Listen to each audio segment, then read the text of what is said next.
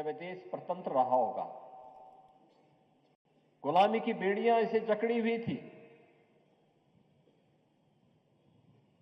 बहुत सारे लोगों के मन में तब भी कंफ्यूजन रहा होगा कि हम तो एक गुलाम देश के नागरिक हैं, कैसे काम चलेगा। लेकिन तब भी महंत दिग्विजयनाथ जी महाराज ने 1932 में महाराणा प्रताप शिक्षा परिषद की स्थापना करके युवाओं के सामने एक लक्ष्य रखा कि गुलामी से की बेड़ियों से मुक्ति का माध्यम कोई और नहीं बन सकता, बल्कि उसके लिए एक आदर्श हमारे सामने होगा महाराणा प्रताप का। स्वदेश और स्वाभिमान कैसे होना चाहिए, वह महाराणा प्रताप के त्याग और बलिदान से हमें प्रेरणा प्राप्त होती है। राष्ट्रवादी शिक्षा को माध्यम बना करके हम राष्ट्र धर्म के प्रति अपने आप को समर्पित भाव के साथ आगे बढ़ाएंगे और फिर जो कार्य प्रारंभ हुआ वह निरंतर आज महाराणा प्रताप शिक्षा परिषद की न केवल पदाधिकारियों के मार्गदर्शन में बल्कि विभिन्न शिक्षण, प्रशिक्षण और सेवा के प्रकल्पों के माध्यम से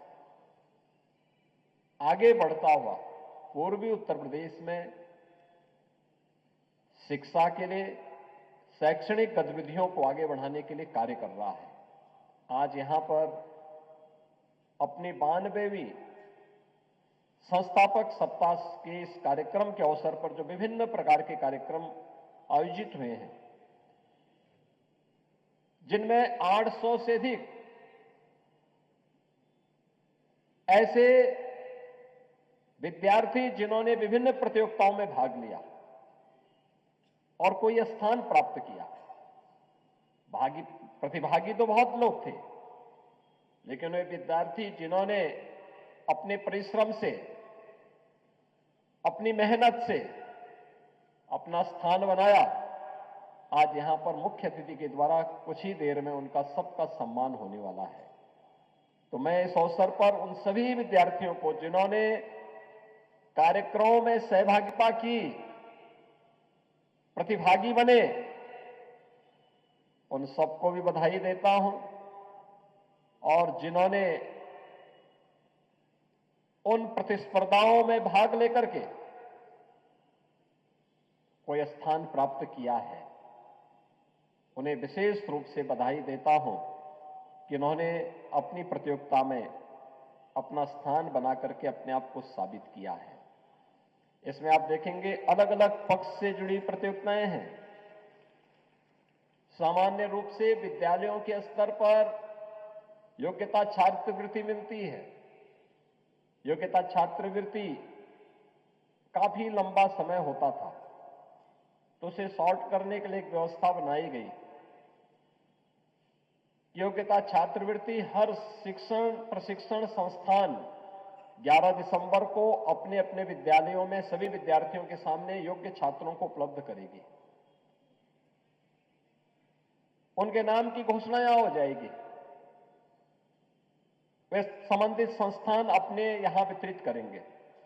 लेकिन इन एक सप्ताह के अंदर हुए विभिन्न कार्यक्रमों के माध्यम से भाषण प्रतियोगिताएं हुई होंगी, खेलकूद की अनेक प्रतियोगिताएं हुई होंगी, यहां पे श्री रामचरितमानस, श्रीमद् भगवद गीता, गोरखवाणी से संबंधित प्रतियोगिताएं हुई होंगी, सामान्य ज्ञान की प्रतियोगिता, क्विज प्रतियोगिता और अन्य एकल गायन की प्रतियोगिता,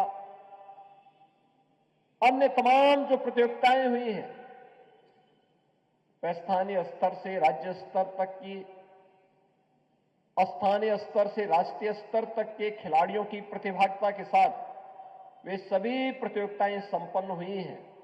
और वे प्रतियोगिताएं इस बात को साबित कर ये भी दिखाती है कि जीवन का क्षेत्र कितना विस्तृत है। टेक्नोलॉजी भी इन प्रतियोगिताओं में उनके कार्यों को आसान की होगी। खेलकूद का एक ऐसा क्षेत्र है, इतना विस्तृत क्षेत्र है और पिछले 10 वर्ष में खेलकूद के क्षेत्र में बहुत परिवर्तन देखने को मिला है। एक नई स्वस्थ प्रतिस्पर्धा को हमने देखने को, हम लोगों को एहसास हुआ है कि वास्तव में लोगों के मन में एक नई रुचि जागृत हुई है और अनेक स्तर पर खेलो इंडिया खेलों के माध्यम से, फिट इंडिया मूवमेंट के माध्यम से, सांसद खेलकूद प्रतियोगिता के माध्यम से,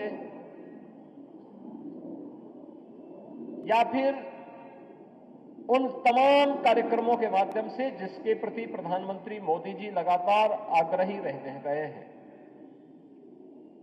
आज उनके नेतृत्व में भारत खेलकूद की गतिविधियों के साथ तेजी के साथ आगे बढ़ा है। अनेक प्रतियोगिताओं को आज युवाओं ने हाथों हाथ लिया है और खेलकूद की उन गतिविधियों में जिन विद्यार्थियों ने यहां पे भी भाग लिया है, उन्हें भी उनका पुरस्कार और उनका सम्मान आज यहां पे प्राप्त होने वाला है। भाषण प्रतियोगिताओं में भी छात्रों की भागीदारी, क्विज प्रतियोगिता में या फिर अन्य तमाम प्रतियोगिताओं में उनकी भागीदारी और उनको अपनी प्रतिभा दिखाने का एक अवसर इस साप्ताहिक कार्यक्रम के अवसर प्राप्त हुआ है, जिसमें आज मुख्य अतिथि के द्वारा आज वे सभी विद्यार्थी यहां पर सम्मानित होने वाले हैं। तो इसलिए इस साप्ताहिक कार्यक्रम के अंतर्गत जो विभिन्न प्रकार की प्रतियोगिताएं हुई हैं, जिन विद्यार्थियों ने इसमें स्थान बनाया है, अपना स्थान प्राप्त किया है, उन सबको भी मैं इस अवसर पर हृदय से बधाई देता हूं। उनके अभिभावकों का और उनके गुरुजनों का भी मैं अभिनंदन करता हूं।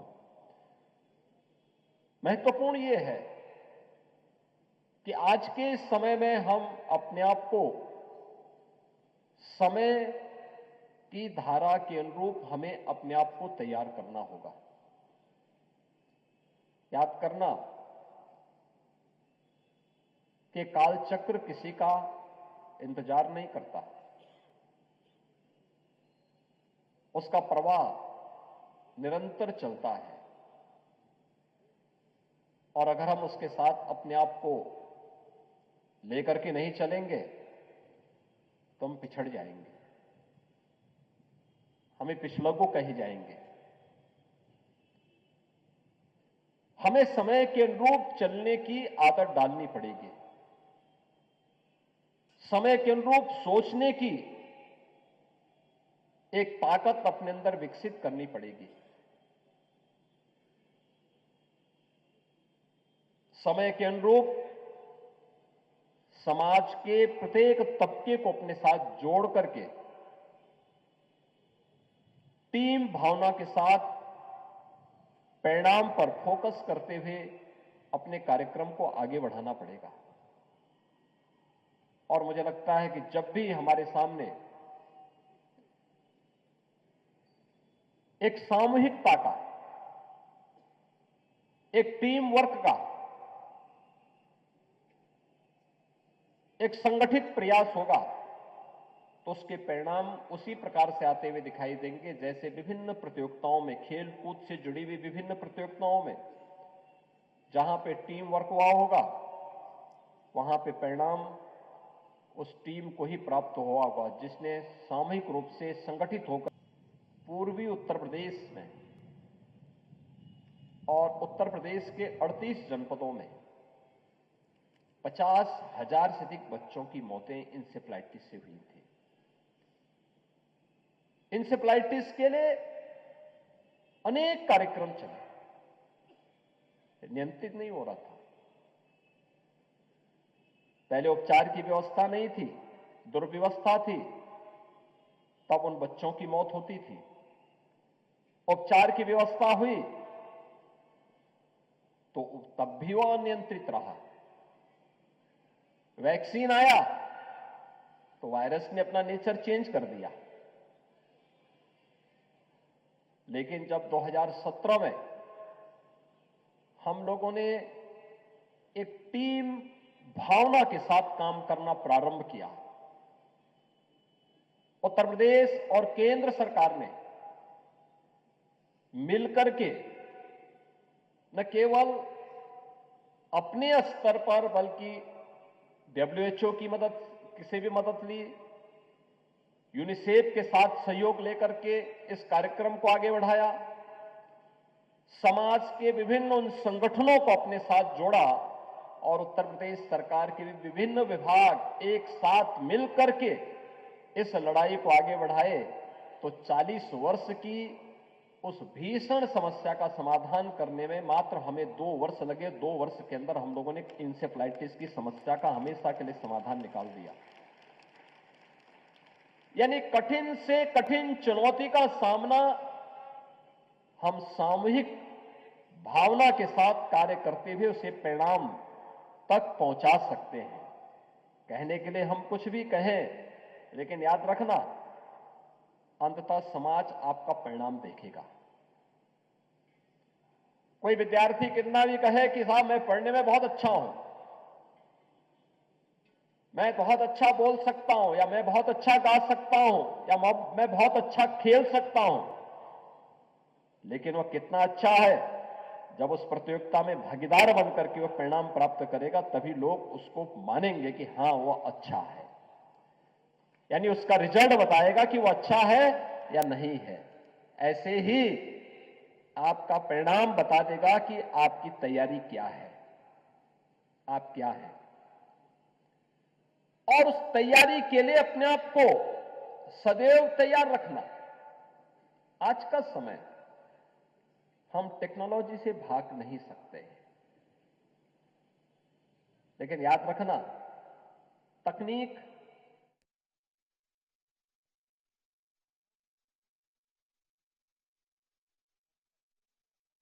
संचालित करें, हम तकनीक के अनुसार संचालित न हो, एक इस बात पर जरूर ध्यान देना। दूसरा, इस बात पर ध्यान देने की आवश्यकता है, खासतौर पर आज के युवाओं के लिए। हम अक्सर देखते हैं, एक तो ज्यादातर मां बाप ने अपने बच्चों को मोबाइल फोन दे दिया है। उसका अगर इस्तेमाल आपके लिए उपयोगी है तो करिए, अन्यथा उसको अपने घर में रखिए, सुरक्षित रख लीजिए। आपके समय का एक बड़ा समय आपका स्मार्टफोन खा जा रहा है। अनावश्यक रूप से हम देखते हैं कि घंटों घंटों बैठ करके व्यक्ति स्मार्टफोन पर देखता रहता है। मैं तो कभी कभी मेरा सिर चकराता है ये देख करके कि भाई मैं देखता हूं बहुत सारे लोग ऐसे हैं, वो नमूने बन जाते हैं, उनको पता ही नहीं होता, वो मोबाइल फोन पे खेले जा रहे हैं 4 घंटे 6 घंटे उसी पे खर्च कर देते हैं। कोई मतलब नहीं इसका। उतना समय अगर आप प्रकृति के बीच में रह करके अपने पाठ्यक्रम को लेकर के, अपने गायन वादन के कार्यक्रम के साथ जोड़ करके, अपने किसी रोचक या जीवन क्षेत्र से जुड़े हुए किसी एक पुस्तक को, अच्छी पुस्तक को उतना समय अगर आप दे देंगे, मुझे लगता है कि वह ज्यादा उपयोगी आपके लिए हो सकता है। या किसी व्यवहारिक नॉलेज के लिए अगर आप किसी अन्य कार्य के साथ जुड़ेंगे, किसी स्किल डेवलपमेंट से जुड़े हुए किसी कार्य के साथ जुड़ेंगे, वो आपके लिए ज्यादा उपयोगी हो सकता है। किसी समाज सेवा के से जुड़े हुए किसी कार्य के साथ जुड़ेंगे, वो आपके लिए ज्यादा उपयोगी हो सकता है। आपने देखा होगा आज के मुख्य अतिथि को, मैंने इसीलिए कहा, मैंने कहा लीक से हट करके भी कुछ हमें प्रयास करने चाहिए, जिन्होंने अपने कार्यों के माध्यम से समाज के सामने उदाहरण प्रस्तुत किया।